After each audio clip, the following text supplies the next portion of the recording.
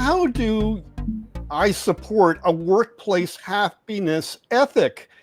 Get us started here. Workplace happiness is a red line right now. There's so many companies out there are full of disengaged employees. Happiness seems to elude people.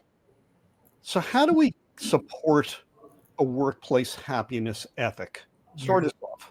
Yeah, this is such a great place to begin. So first of all, the workplace has changed. Yeah. And it has changed from when you and I started our careers, when our parents were in the workplace. And what I often see is the way we are doing things, the way we are leading and developing organizations hasn't shifted necessarily.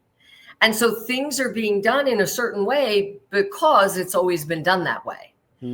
And we've got to stop and examine, which is what I call transformational leadership. We've got to look at some of the key elements that were not conversations back in the day.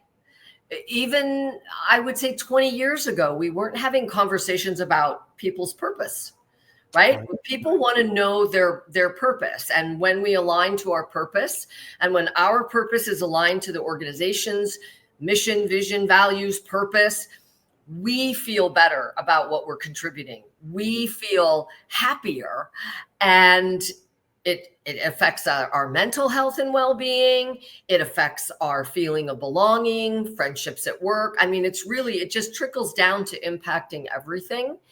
And these conversations, think about it. Did you sit around a dinner table ever with your mom and dad and have a conversation about, is the workplace happy? Never. Right? It didn't exist because happiness was just something, I don't want to say taken for granted, but there was more of, when we shut off the lights and we went home, we shut off the lights and we went home. And short of someone dying in a firm or a building catching on fire where you couldn't go to work on Monday, you didn't get called on weekends or evenings, right? It had to be a dire emergency, and life is no longer like that.